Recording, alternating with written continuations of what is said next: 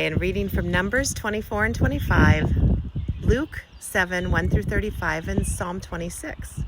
Now Balaam had great courage. He was summoned by Balak, who saw the Israelites as a threat, and commanded Balaam to curse them.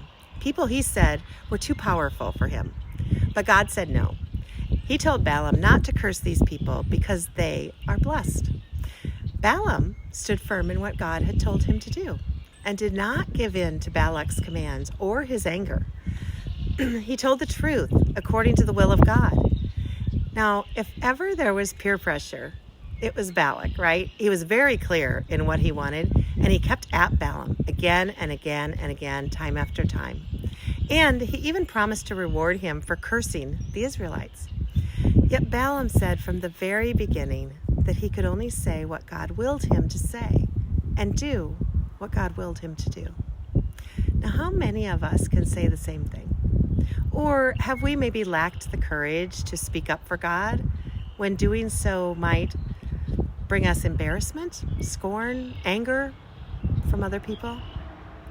Balaam declared in chapter 24, verse 13, "Even if Balak gave me all the silver and gold in his palace, I could not do anything of my own accord, good or bad, to go beyond the command of the Lord."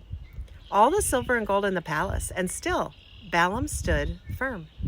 Now, that would at least be a little tempting, or maybe require us to think about it a little bit, right? How many of us have the courage and the faith of Balaam?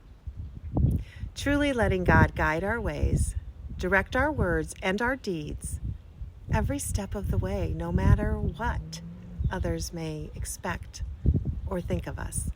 And boldly and truthfully speaking God's word and doing God's will, no matter what others say or expect us to do.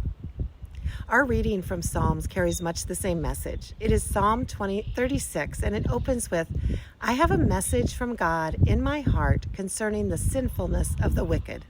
There is no fear of God before their eyes. No one wants to hear they are sinful, wicked, or prideful." That was not a popular stance then, and it isn't today. Yet the psalmist states God's truth clearly, with no holds barred, the truth we need to hear. When we listen for God's voice and speak God's truth in word and action, we live in his light. And as Psalm 36:9 reminds us, "For with you is the fountain of life. In your light, we see light." That's where I want to be, in the light of God. Let it be, dear Lord. Let it be.